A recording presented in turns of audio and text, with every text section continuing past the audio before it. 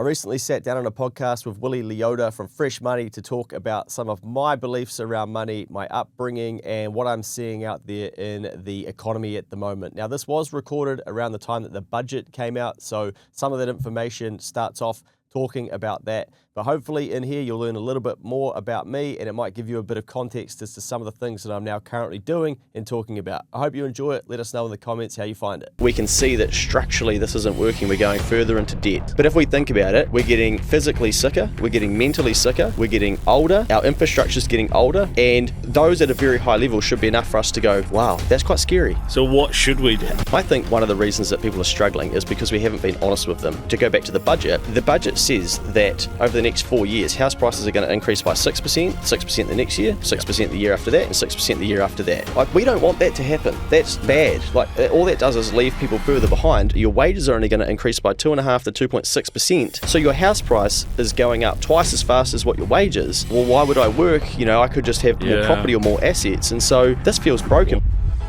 Just a quick note, this podcast is for education and entertainment purposes only. If you need financial advice, please make sure you contact a financial advisor to get professional advice. Tala flava, I'm Willie Leota and welcome to the Fresh Moni podcast, where we talk about all things money.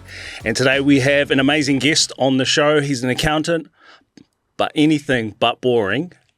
He is the host of the amazing Keep the Change podcast, and he has his own accounting practice. He's the co-founder of Next Advisory.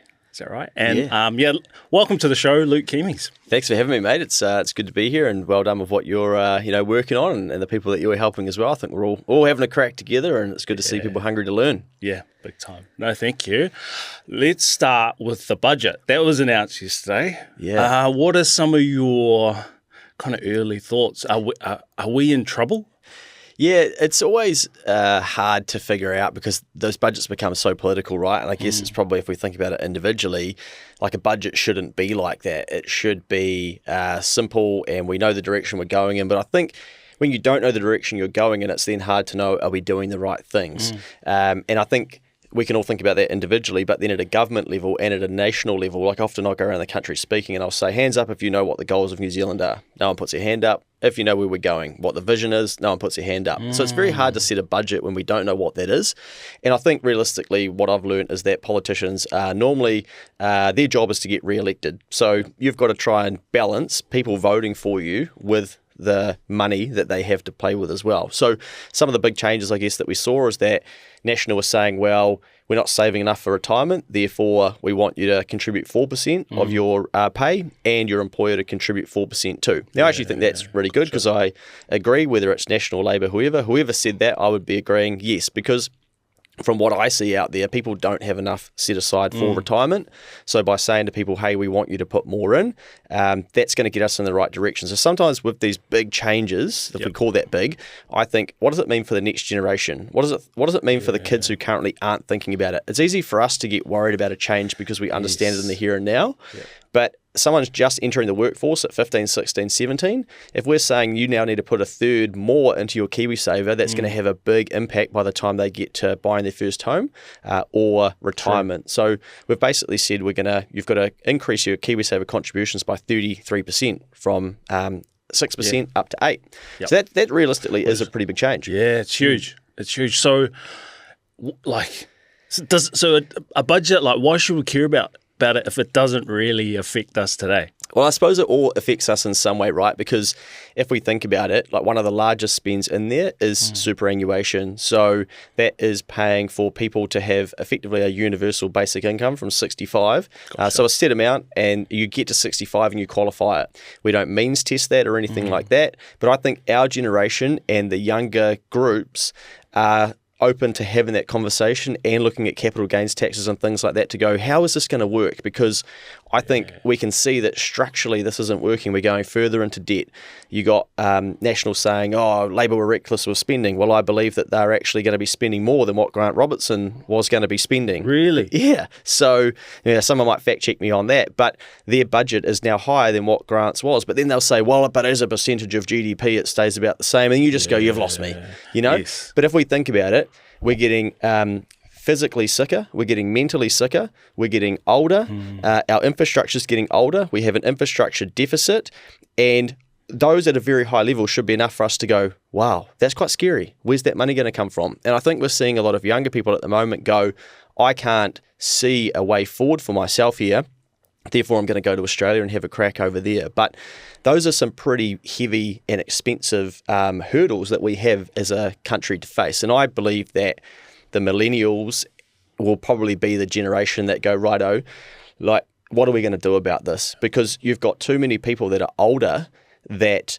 don't want change, or sort of say, we need change and I can see it now, but let's just wait a little bit. You know, why should I miss out? I've been waiting to get to 65 or whatnot, or why, and there's arguments for and against all this stuff, right? Like, so if you've saved well your whole life and you've got a couple of rental properties, well then, hey, I've done the right thing. I've provided for myself. Why should I not get superannuation? Well, the argument is, well, you don't need it. But then the argument would be, well, why don't I get it? So as well. Very, very tough, but I don't think we're there yet to have those conversations, but it impacts all of us, because the more debt that we put into the system, house prices become more expensive, things become more expensive, we put more burden on the future generations. But then the argument is, well, we have a low amount of debt as a country, so don't worry about it. But yeah, I think we did a good experiment through the pandemic where we basically just said, right, let's put heaps of debt into the system, and then let's just see what happens. And now on the other side of it was sort of like, wow, that inflation wasn't great. Yeah. Wow, we've got a lot more debt. Wow, now it's $9 billion a year to pay the interest bill on that debt. Crazy. Wow, we still haven't done the infrastructure stuff that we needed to do. Wow, we've gone further into debt. Wow, people are leaving New Zealand. And, it's easy to sit here and paint the negative of all of this, but, I think a government's not a good example of where we should be looking to get guidance on what we should do with our finance. Yeah. Nice. So what should we do? Well, like in this economy, like how do you see it? Like, are people struggling out there? Definitely. Yeah. And I think one of the reasons that people are struggling is because we haven't been honest with them. So to give you to go back to the budget says that over the next 4 years, house prices are going to increase by 6%, 6% the next year, 6% the year after that, and 6% the year after that. Yeah. Like, we don't want that to happen. That's bad. Like, all that does is leave people further behind. And then wage inflation, so basically your wages are only going to increase by 2.5% to 2.6%. So your house price is going up twice as fast as what your wage is. So if you don't have what's that going to encourage? Exactly, yeah. Well, why would I work? I could just have more property or more assets. And so then we've got like these pent up young entrepreneurial and like fierce people who are like, I want to get out there and I want to make a go of this. And then they see house prices running away on them and they go, this feels broken, but you can't make sense of that, right? Like, how is that happening? How come I'm working so hard and I can't buy a house or I can't have the things that I want? So I think we've not, I don't want to say like we've lied to people, but I think what's happened in my lifetime is that we've gone from an industrial type, like hard manufacturing. I watched my granddad work hard, my stepdad work hard. Yeah, wow. And they would like just sort of get by, or there was enough for us. But the world changed where we moved to, a tech and info-based economy, and we haven't transitioned Kiwi people to seeing the opportunity there. Yeah. So as an example, I have a client who teaches people internationally how to train their pets. And he does that from New Zealand and teaches people all around the world how to train your dog, how to train your cat. And he earns good money. Crazy. And he does this from New Zealand. He's effectively an exporter, and it's all done online via online services. And Kiwi people are some of the most creative, smartest, and like humblest people. But the problem with that is that we can't see the value that we have.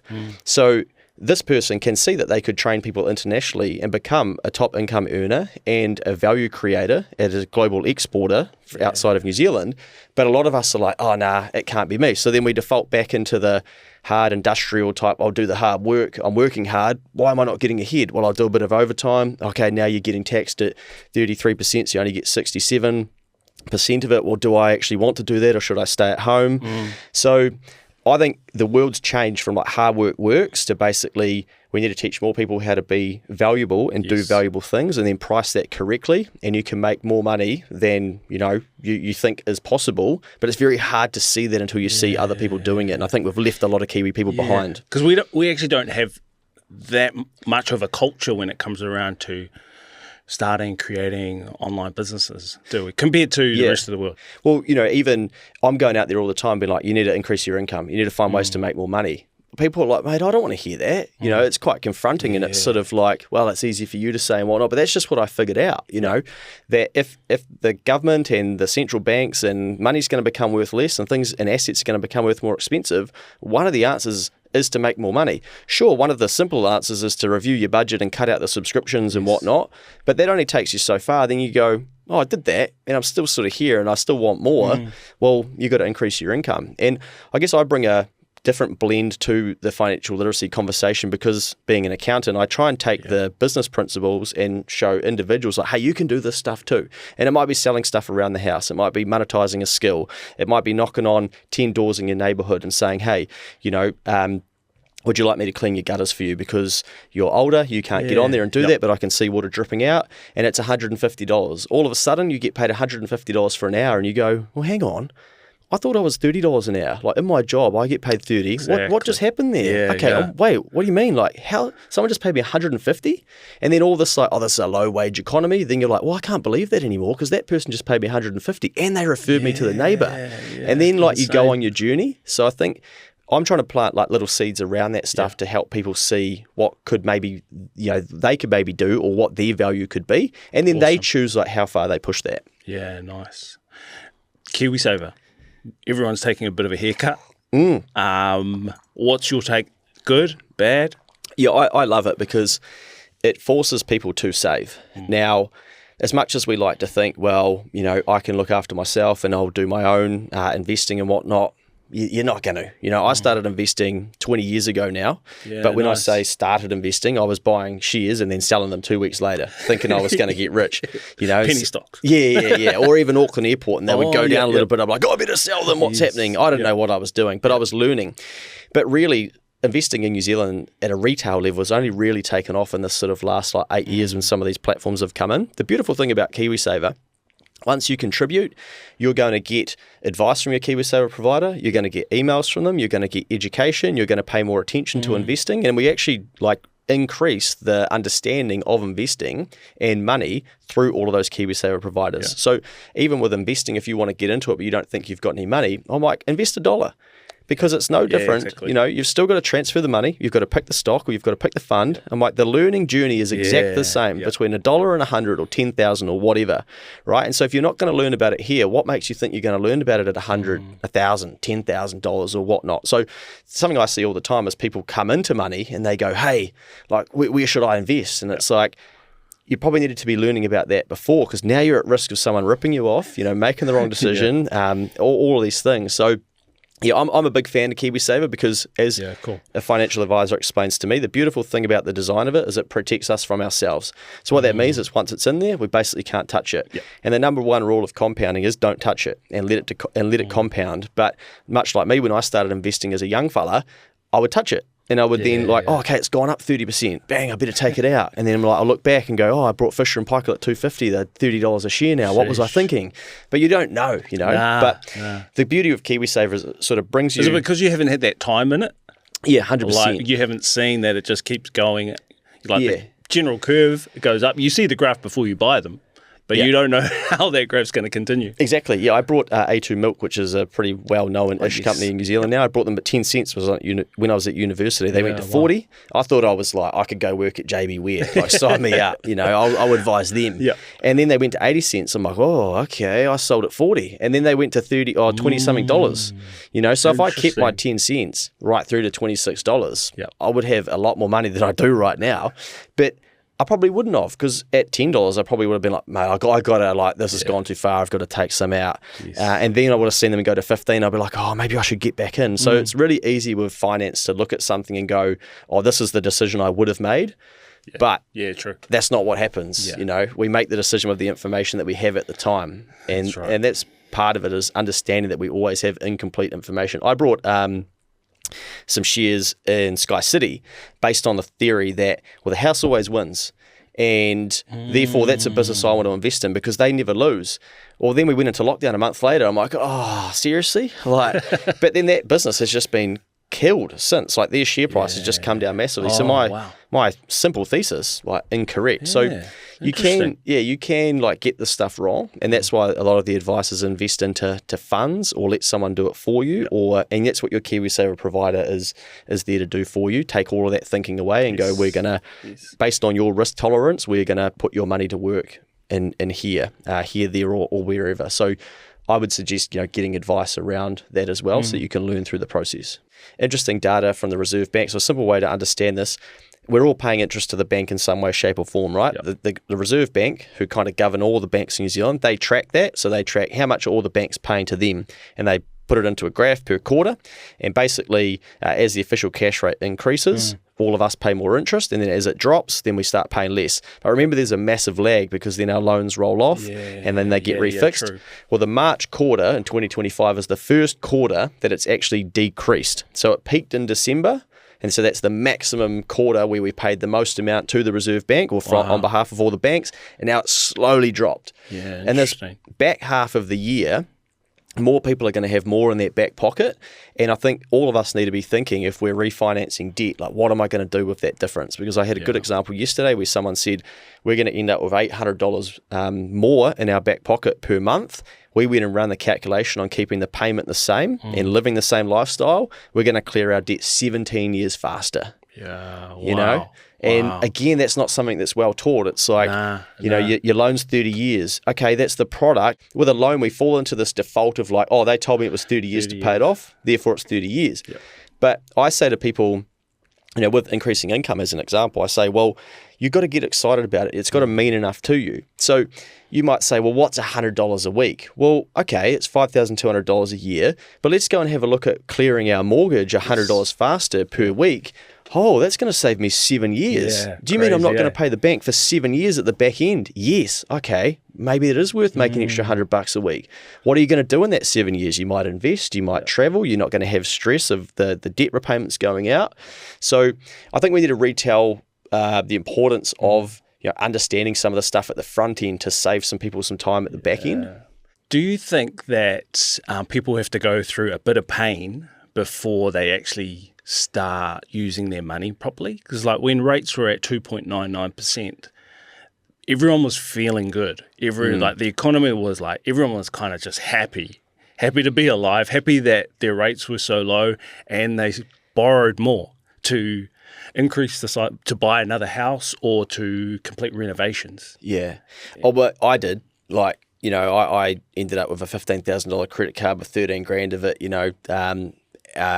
costing me interest, and that was sort of my moment of like, I should know better, I need to tidy this up. And I think pain's a really good teacher for us, and we don't like to admit it, but it's very hard with money. And so, often when we get sick, we're like, okay, I need to address this, and we wait for it to get really bad, and then we go, I don't know if this is going to get better, I'm off to the doctor or whatnot. And I think blokes are really bad at it too. We sort of go, wait another week, I'll be fine. Excuse me. So I think pain's a really good teacher in that space, but it's a little bit like that saying, everyone's got a plan until you get punched in the nose, right? And I think that's what happened with interest rates going up. For so long, we had this interest rate declining and decreasing, and people got comfortable with, debt's getting cheaper, it's always going to be like this. And then all of a sudden it was like, inflation's here, bang, here's the punch in the nose, we're going to jack these rates up. And people were like, whoa, what's all this about? And what do you mean unemployment? What do you mean my job's at risk and the economy's contracting in a recession? All of the above. So, sometimes we need that pain. And the beautiful thing though is you can learn before the pain. So good story from yesterday, guy reached out to me, teacher, and loves his job, very good at what he does, goes above and beyond. Anyway, has a bit of an internal rift and basically gets pushed out, loses his job. And he said to me, one of the best things about the content that I've been consuming from you is that I know how to deal with this period, not just financially, but mentally. Awesome. And I think, I really like a story like that, because often people come to Keep the Change or financial literacy and they're like, where's my quick wins? Where's the silver bullets? But a lot of it is mindset and even just going on the journey. And much like me repaying my credit card, it's like, this is going to suck for 26 fortnights and I'm not going to be able to do anything and I've got to pay back my sins. But you need the pain to teach you, and then you have that reference point of, I don't want to go back there. But this bloke was basically like, I knew that it wouldn't help me to go, how could this happen to me? How could they treat me like this? Well, bugger teaching. I'm over this. I'm never going to do this again. And basically they were able to kind of get themselves through it with some mental resilience. Yeah, nice. And they had the education before getting to the pain. I think a lot of us get the pain and then we go, like, what do I do? Find out, eh? Yeah. So, I think pain is a good teacher, and I definitely see it teaching a lot of us with finance and almost, people going, I won't do that again. So, they might have get caught out with the cheap interest and putting the pool on the mortgage or the overseas holiday or whatnot, or never having any emergency funds because the economy is going so good, and then bang, you lose the job, or something changes, or someone in your household loses it. Some sort of shock that hits you. And then all of a sudden, this idea of, a emergency fund, you're like, oh, okay, I can get on board with that. Yeah. Maybe let's build that up. Yeah, true. No, that's awesome. Thanks for your insights and all of that. But yeah, tell me whereabouts you're from. Yeah, so I grew up in Dannyburg. Oh, nice. Danny Vegas. I haven't been back for some time, which is a bit of a shame. But what was life like growing up in Dannyburg? Yeah, I loved it. It's a great town. I think I'm more of like a regional New Zealander. Yeah, cool. I came to Auckland because of the opportunity, and I could see, obviously accounting and economics, I could see that this is the economic hub. And I think it is responsible for about 40% of New Zealand's GDP in Auckland. Oh, wow. And I just thought, well, I need to get around that movement of money, those businesses, the economy, and things will happen. But every time I get out of Auckland, I'm always like, oh man, like, this is epic. And so relaxing. Yeah, so I did, upbringing in Dannyburg. I would bus over every day to Palmerston North Boys High School. Good school. Great school, Good mate. school. Yeah, went back recently too, and just got to speak at assembly, which was great. Good man. But that set me up really well, because I would have to bus over an hour a day, hour there, hour back. Excuse me. Wow. Yeah, so I've been doing a long day since, 12, 11. I think I was 12 when I might have been 11 when I was, anyway, 12, probably 12. Yeah, and then I would come home and I'd be like, well, there's a bit of daylight left. I got to go deliver some pamphlets. Jump on my BMX and smash that out, right, collect a bit of cash, and then, graduate to the Foursquare, go work in the Foursquare, learn some customer skills, learn a bit of interacting with people, and then go, right, what's the next step? Into the freezing works, work on the slaughter board, work there and be like, I can't do this, man. This is not for me, man. This is scary. This is crazy. It is, It's dangerous. Oh, mate, it was just not me. And so then I go to uni, and I have this reference point of don't bugger this up, because I can't do that life. I don't think I can do no disrespect, but people, that's just not for me. And so, and then at university, I went to Palmy Boys, and then at 17, so that's when I was at the freezing works, but then I moved to Palmerston North, go to uni there from 17, so out onto my own, living with a couple mates, straight into flatting, cooking for ourselves, keeping the house warm, paying bills and stuff. You're in the deep end, right? Drinking too much. But I'd always earned good money. But then getting to uni, I had this all the shackles were off, and it was right, well, maybe start gambling, maybe start drinking. Maybe start ticking some stuff up. How does the world work? So I probably learned a lot of bad stuff, or I had bad financial habits then. Okay. And then what did you study, and did you always know you were going to head into the numbers kind of space? No, well, I really liked economics and accounting at school, and I learned about investing, with fake money, and I was like, whoa, this is crazy, this is. So at school they would have games where you'd go through scenarios and pretend to buy shares. Yes. Yeah, and kind of track it over a term or whatever. And I was like, whoa, there's something here. And I think that's where my interest, and I'd already been earning some money doing paper run and whatnot. I'm like, I'm going to do this for real. Yeah, so I'm like, Mum, you need to sign me up to the share platform thing, and you got to co-sign it because I'm not 18. And bang, I've put my first $5,000 into Auckland Airport, at 16, 17. And then it's just a trade history of buy, sell, $30 a fee every time. Just going back to broke, and then treating it like a savings account. But I thought, if I'm honest, well, if I become an accountant, I'll make good money. It looks like they make good money. Then I'll be able to do the share thing on the side, and then I won't have to do the accounting as I do more of the investing. That's kind of the journey that I'm on. But I've then found work that I enjoy doing, and now I probably do 60 hours a week of accounting and various business coaching and stuff, and really enjoy it, and just selective of what I do. But I also worked in a distribution centre in Palmerston North alongside university, and I've always earned good money, but I've always blown all of it. And I think it's easy come, easy go, but also, when you have more than you need and you're not directing it at a goal, well, it finds its way behind the bar of a pub, into a pokie machine, into a trip away, like whatever, and you can find a way to rinse it. And then I was like, okay, well, then I got my first sort of accounting job outside of university, earning good money, could save more, and was like, bang, a big jump up from what I've been on at uni. Yeah, awesome. What was your first job? I was in auditing, So I was, and who for? So Audit New Zealand. Yeah, Wow. So you sort of go into councils and different entities and audit them. But again, like I was like, man, I don't seem like I fit in here. This is not really suited with my personality, but a great training ground. Yeah. And it was interesting, you could travel away. And each night you're away, you got $65 allowance, and it was tax free. I'm like, yo, send me anywhere.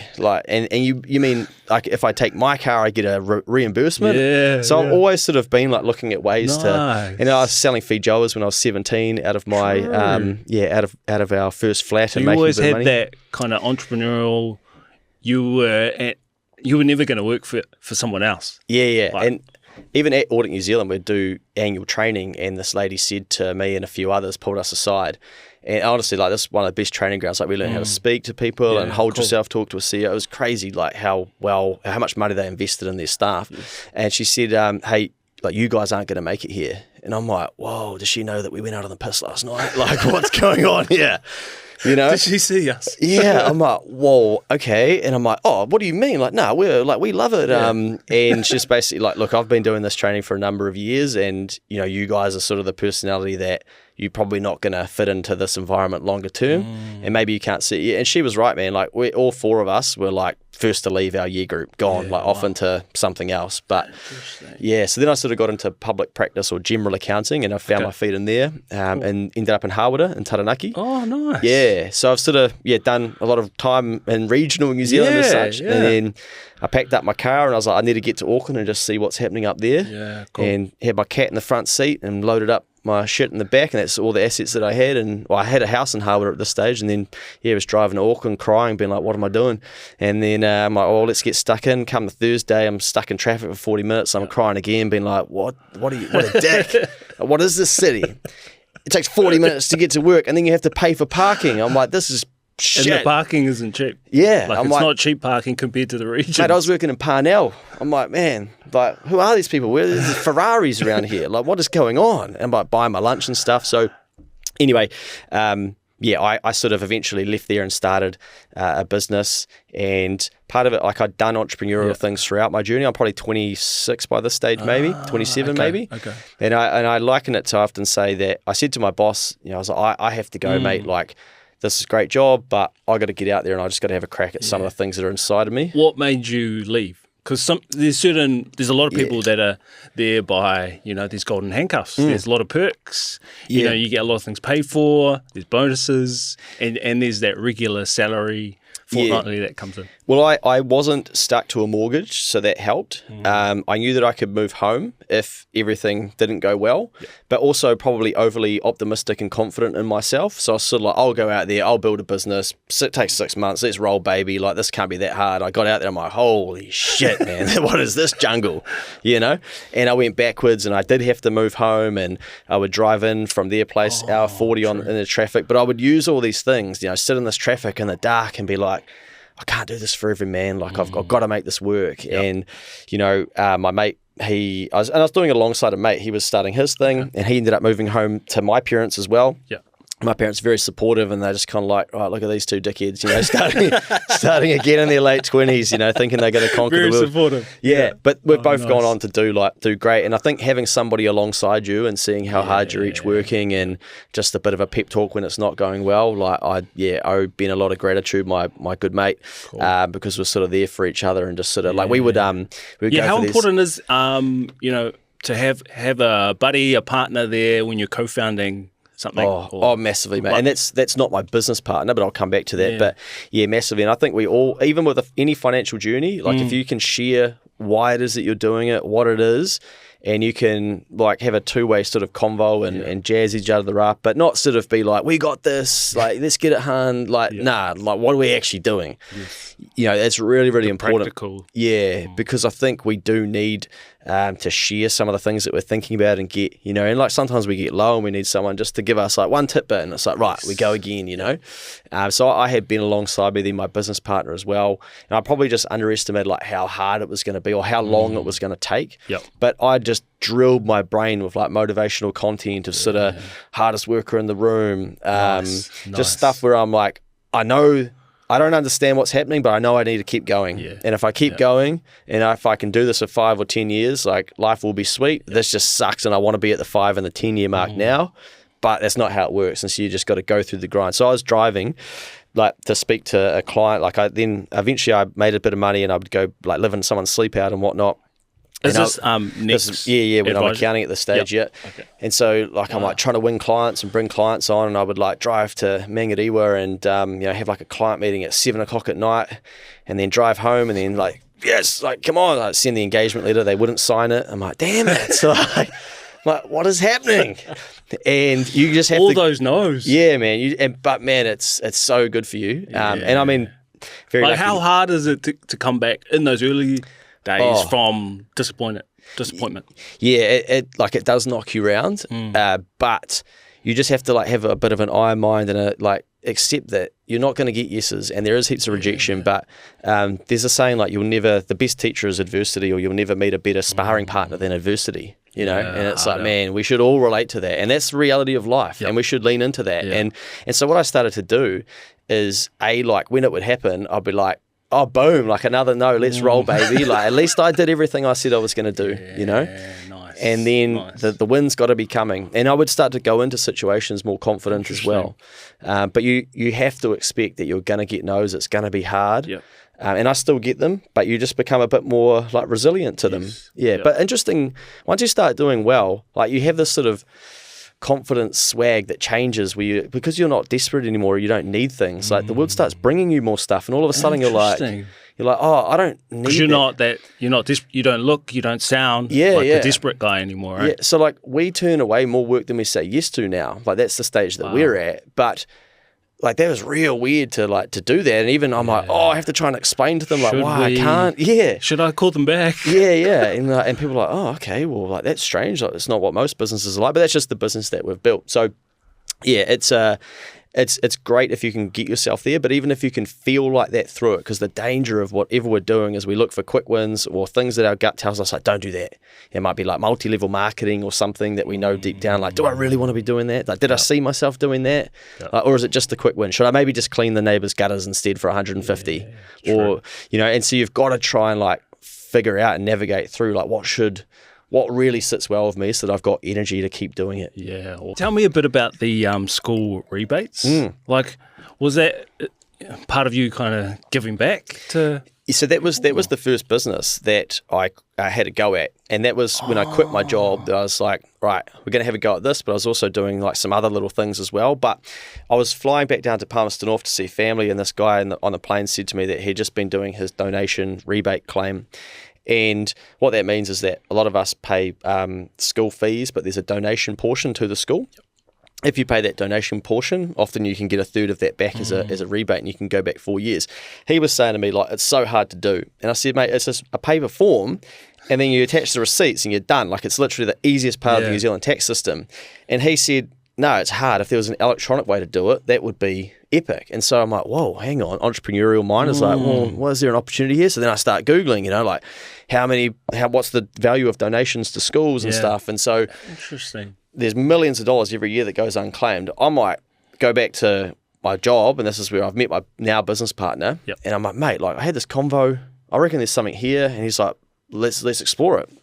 And so I built this with him, and like a website developer built this platform where people could come to, and they could basically fill out their kids' names, pick their school, and then attach their receipts, and we'd process their donations and pass them their money. Yeah, wow. But we get all this traffic to it, and then people are like, oh, I didn't even know you could do this. We're just going to do this ourselves. I'm like, oh, man, like this. So we thought the problem was that people didn't want to do it because it was too hard. They didn't do it because they didn't know that they could. So we got the problem wrong. So we're left with, like, I often say... So they just didn't know what they didn't know. Yeah. So we're left with the 5% that are like, okay, this looks too hard, you guys just do it. But also, then most people are like, well, I don't have receipts because I didn't know that I could claim this, so why would I have kept the receipts? Gotcha. So then we build a database at every school in New Zealand and you ping off a request. So then I piss off 2,500 admin staff around the country. Who are you? I'm not going and getting these old receipts out. You've got no right. I'm like, actually, you're legally obligated to hand those over. So you can't not do it. They're like, you're an arsehole. I'm like, maybe. But these people want to get their money back. So we refunded $1 million to Kiwi parents. Holy moly. Yeah, and educated a whole stack of parents to go and do it. As we started rolling on it too, it became evident like why the big tax refund companies weren't doing it, because it was too hard. So it's like that was probably the data of like, hey, if this is such a big opportunity, why aren't they doing it?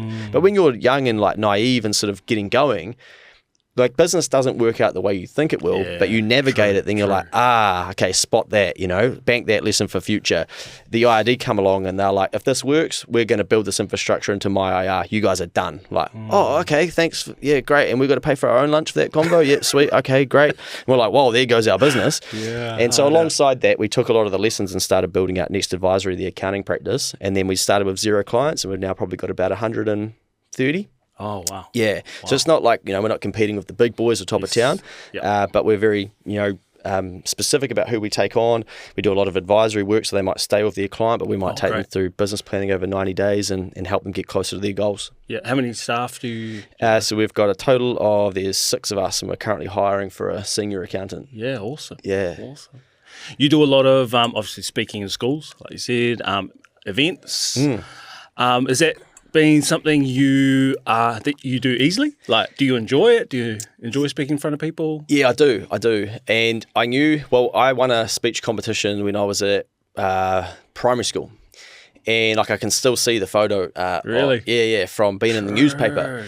Oh, no way. Yeah, and but I think it's one of those things where you, looking back now, you can figure it out. And I won it, and one of the judges or something said to Mum, like, he needs to do more of this. Yeah, cool. And then I didn't do debating at school, high school or whatever. I was like, I'm not doing that, debating. But like if we had to speak, I'm like, okay, a 3-minute speech. Now you can't shut me up for 3 minutes, You'd be like, oh, 3 minutes, that's crazy.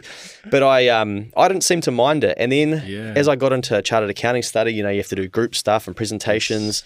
And I'd still get nervous, and I'd be like, well, just lean into it, mate. Like I'll be like, okay, I can present on it. You guys do all the hard work. I'll do the presenting bit. Yeah, and nice. You just, normally everyone goes, I'll do the work. Someone do the presenting. Yeah. And I'm like, okay, well, I'll be that guy.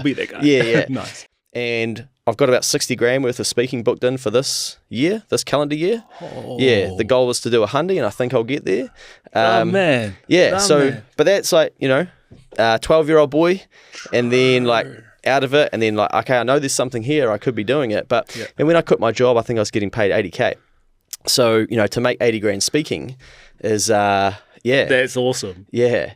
So you've obviously identified something, like, and then you've put something in there to practice, like, I suppose, what am I asking? I suppose like how you've practically put something in place to help you get better at something you've identified when you were younger, that you or someone else went, hey, he's good at this. Yeah. He needs to do more of this. Well, like, this gives me goosebumps thinking about, but like Richie Mo'unga, I think is a good example, right? Like I saw an example where he, before the game, he was kicking from a specific spot on the paddock, and he was visualizing winning the game from there.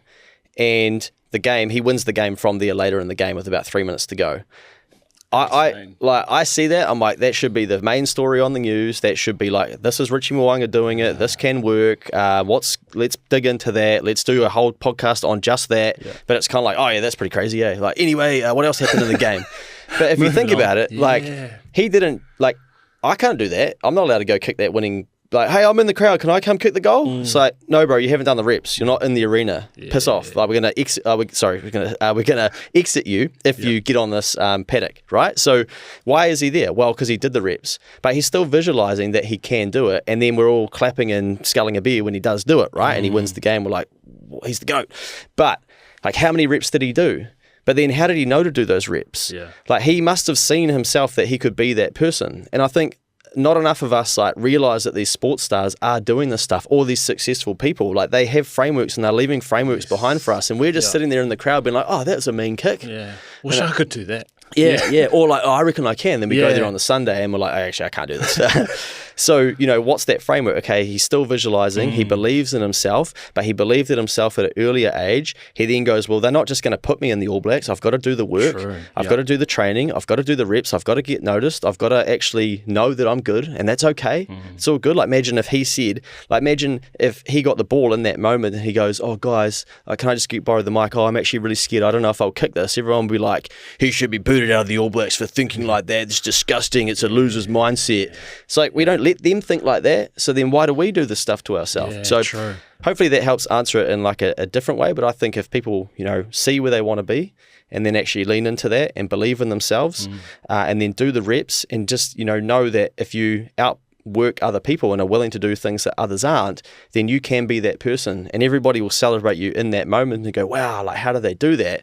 But really for Richie and even for me doing the speaking, it starts like, a decade ago. Yeah, there is a framework and there is a process. Yeah. And if you're watching, if you're listening, if you're learning, you can apply that to whatever you want to do too. I believe so, yeah. Yeah, awesome. Keep the Change.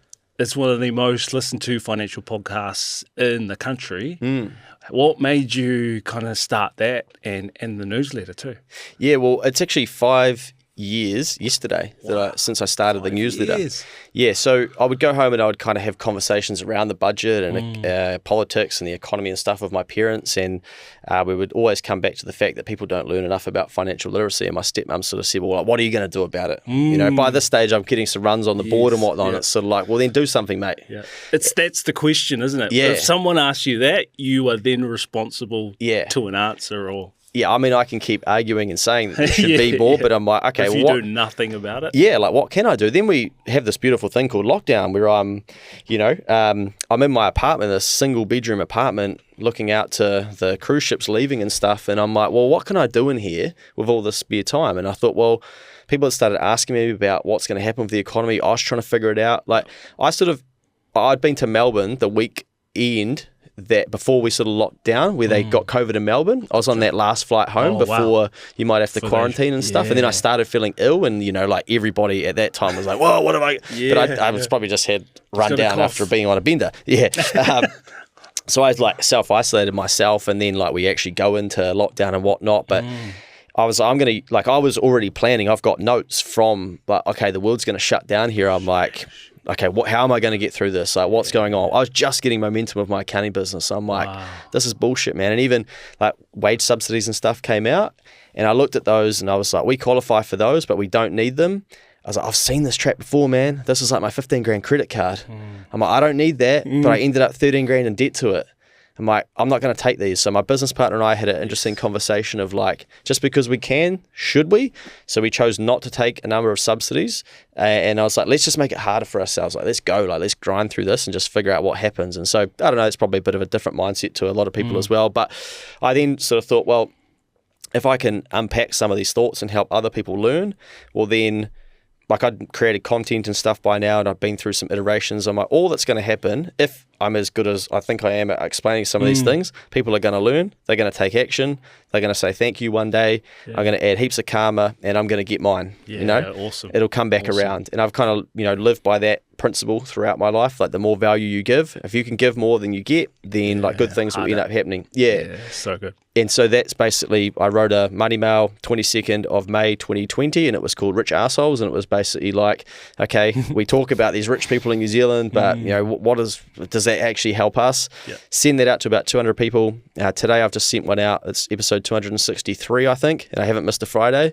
And that's gone out to 13,500 people, and then there's a LinkedIn database of around 8,500.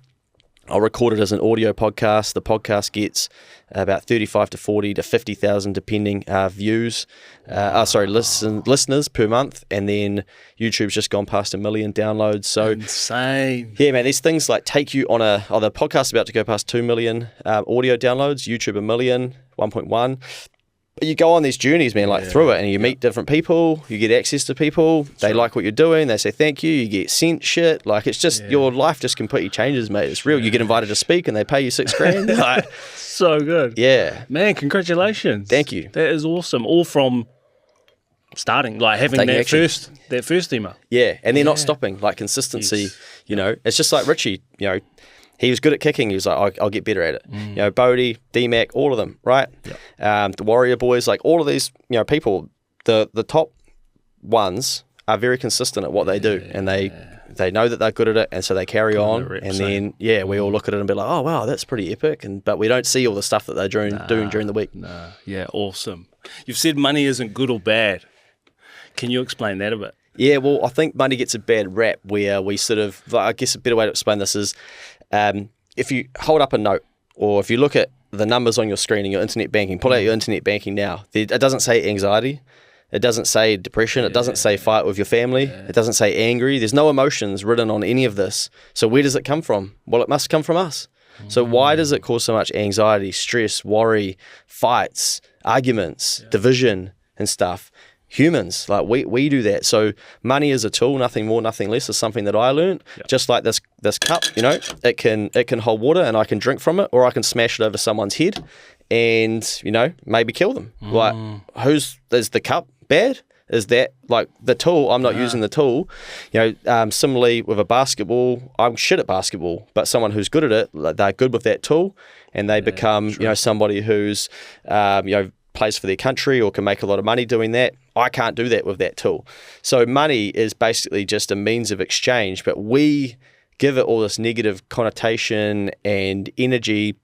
And I think even just understanding that at the start of your money journey, you're like, oh yeah, I'd never thought of it like that. I can sort of, you know, I can like, take the notch down a little bit and be like, yeah, what is going on here? You know, like, why am I stressed about it? What is this? And then we can explore it better and then start to tidy it up if it's not serving us well. Interesting. Why do you think people get stressed about it? Like, is it lack of knowledge or understanding, or? It's a hard one to pin to like one thing, right? But I do, the more I've had to learn about money to then teach about it, you start coming across these things where when you're younger, like you're learning about money in a negative way through movies and through conversations or seeing your family struggle and whatnot. And so, you know, as an example, you might see your parents fight over money. Then you're like, money's bad. Like they always fight when it comes of this. So then you're like, I don't want that. Or then the society tells you like rich people are assholes. And you're like, I don't want to be rich. Like, oh, well, you come into money, like better give it away, you know? And we don't actually step back and like notice that this is happening to us, and then we just sort of get stuck without putting our own thinking into it. So I think it's sort of society. I think as well, it's gotten more expensive, so it's frustrating. It's very like we look at what prior generations have had and we think, well, I can't achieve that. I don't want to be lectured by you, bro, that, you know, like all I got to do is drop the avocado or just work a bit harder or it's different now. And so then we get frustrated and we're like, that's not helping me, man. You know, we had 18% interest rates. Cool, bro. Like, what? That's got nothing to do with me. You don't know how hard we had it. Well, actually, let's look at this. We've got way more debt per individual. We've got more government debt. Yet you might have had 18% interest rates, but you also had one family income providing for two people and an average family size of 5. Now people are like, I don't know if I can afford kids. So I think we end up in these big arguments trying to be like, who's right, who's wrong? And it's like, no one is. It's what I've learned is that an economy and money, it's constantly an experiment. And even, you know, a government will change settings, and really that's an experiment. But we think that they know what they're doing. Like a lot of these people don't, you know? And it's the same if you think about it. If someone wins lotto, their life completely changes. Well, now they have a $30 million experiment. What am I going to do with this? Do I give some away? Do I buy that batch? They buy the batch. I hate a batch. I never wanted a batch. Like now I got someone broke into it. That's annoying. Oh, people want to borrow it off me. And they're like, why should I have to pay because it was free? Oh, I hate that batch now. I'm going to sell it. You know, so money is always an experiment, but I think we think, that it's like this one way or the other. Talking about rich people, like what's one of the biggest myths that you've found about rich or kind of wealthy people? I think that the perception or the teaching that we get in New Zealand is that like rich people are, they're assholes. They stand on people. Greedy. Man, I've met so many wealthy people that are so willing to help you, and I reckon it's one hack. You know that if we all just were a bit more open-minded, if you're curious from somebody who's done really well, Kiwis love to teach you. Like, awesome. I'll drop them a line and say, hey, I really respect what you've done. really admire this. I've gone for lunch with rich listers, like people who have gone beyond me in the accounting industry and done millions of, and they give you like free mentorship, or oh, hey, you know, over breakfast, or what about this? Or I'm thinking about this, or do you ever struggle with this? Or what about this in your career? Bang, bang, bang. They're just like, here's all the info. And I think we think that these rich people will like, they get rich and then they like roll around and they're like, yeah, you know, you're all losers. You don't know anything. Yeah, but we really, like, if you go to somebody who's successful or rich or wealthy or whatever term you want to use and say, like, I would love to learn something from you, half of them are like itching to tell you their story. It's different to like, hey, can I catch up with you and buy you a coffee and like waste an hour of your time? Like, you got to approach them differently. But a lot of them are willing to help, and a lot of them self-tax themselves. So we talk about, they don't pay their fair share. Well, when you spend time with wealthy people, like I went to a lunch one time with some wealthy people in New Zealand, and again, like, I don't know these people, I didn't grow up around them, I got invited to this lunch. I overhear they're having this conversation about how they donated, blah blah blah was here, a famous New Zealander last week for lunch, and they left with a $50,000 check for their charity. I'm like, 50 G's, bro, what the hell? I'm like, A, who has a checkbook still, and B, like, who's giving 50 grand to someone? I'm like, how does that? So I'm like, what do they know that I don't know? You know, so I'm like really curious about the stuff rather than sort of like, the media said that rich people don't pay their fair share. Must be. So like a lot of these people, they actually give a lot of their time, give a lot of their wealth, give a lot of income. But then people will say to you, well, they've got the means to do it. Of course they should. Well, like, great, but how does that help you in your life? Like, the example I use is Graham Hart gave a lot of money to the Starship Hospital. What would you say to someone who, wanted to kind of get ahead? Like, because I feel like the feeling out there is like we're kind of falling behind. Yeah. If you might not be, but there's just this kind of feeling out there that everyone's, I'm losing ground. Yeah. I mean, I could take an hour to answer that, but I'll try not to. Okay, to start with, like, you've got to know where a head is and what that means. So then what's your reference point? But you're living in a society that you're getting marketed to more than ever, telling you, give me your money. And if you don't have the money, all good. Use buy now, pay later, use credit, just like I was doing back in the day. Yep. But credit evolves, and there'll always be another thing. Buy now, pay later might die, but by then it'll be like, you can get your salary paid to you on the Monday when you normally get paid on a Thursday. It'll evolve, and there'll always be someone making $1 out of people needing money faster or needing the thing faster. So you live in a consumerism world. So accept that and understand that. Try and figure out, like, why do I need to spend this money? Why did I need to run up 13 grand with the credit card debt? Why couldn't I sit home and do nothing and chill and start investing? Why did I sell all those stocks? Like, so you got to try and figure these things out of, like, what's your sort of personality around money? There's money personality tests that you can do. Yep. But have the belief that things can change. There's too much commentary in this country that you're done. Like, it's screwed, it's over, we're on the way down, like, you're done. But man, I have taught tens of thousands of Kiwis. Like, I just needed like one push in the right direction, one seed to then go, I could do that. Like, if it's good enough for them, why not for me? But there's got to be a hunger for that to start with, and I think it comes from a desire of something more. It could be paying your mortgage off faster, getting out of debt, not going to Monday work on Monday thinking about money, providing for your family, whatever. Like, you've got to have strong reasons, and then you've got to look at, okay, where's my money at the moment? What's coming in? What's going out? What's my gap? If more's going out than it's coming in, warning sign. Okay, money talks. There's different financial advisors around the country that'll be willing to help you. It might just be like, okay, I need to try and clear my debt and get rid of buy now, pay later. Can I sell some stuff around the house? Can I make some extra money? I believe everybody's got 10 grand in them, easy, in 12 months. True. Like, it's people need to understand there's just hundreds of billions of dollars sitting with older people. They're getting older. They want more convenience. They've got the wealth, but instead we're like, I'll do a bit more work at my job. Sell something to the wealthy people. Like, they've got the money, time, convenience, help, solutions, security, whatever it is. Like, they want some help. And like, travel agents do this. Okay, well, let's market to the baby boomers. They've got the wealth, they're still traveling, and they don't want to organize it themselves. Great, they'll pay us a fee to do it. We're all like, we can all learn to be more entrepreneurial, and then that helps you to increase your income. Maybe you don't want to do that. Okay, like, that's tough if you don't want to, but then you have to accept that your money coming in is limited, and then relatively fixed. How do you manage that to the best of your ability? Yeah, nice. What's the best piece of financial advice you've received? I worked with a mentor at one stage, and I would have been like mid-20s, and I was really lucky through the Chartered Accounting Association, and I was talking about like investing in companies and main freight and all of this stuff, and he was like, mate, like, why are you talking about investing in them for a 5% dividend return or whatever? Why don't you invest in yourself, into your business? And I was sort of like, man, what's he on about? But I'm like, he's driving a Porsche. I'm driving a Lexus IS200 that like really could break at any minute here. I'm like, what the hell does he mean, man? But now it's like self-help and investing in yourself has been like swallowed by the kind of health movement and kind of like Instagram reels and stuff. All it means is like, what are you good at?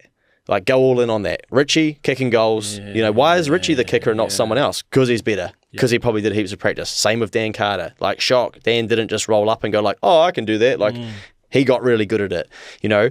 So this country is like, oh, you're not very good at this. You should get better at it. Bullshit. Like, my life got better when someone said to me, you're good at these things, much like the person was like, he should be doing more speaking.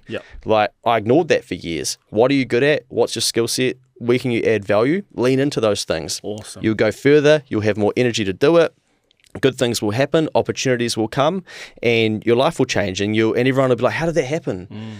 They're still focusing on like, oh, I'm trying to get better at the thing that I've been told I'm not very good at. Like, no, you know, don't do that. Like, invest in yourself, and life is long, you know, and you don't need to make the $1 million in 2 years. You know, I thought that we'd do it quickly and whatnot. You don't have to build a unicorn and... No, you know, so just small steps and small consistent steps, and you can completely change your life and get to somewhere that you know, I often say, you know, there's someone who's ahead of you, but you're also ahead of where you once thought you could be.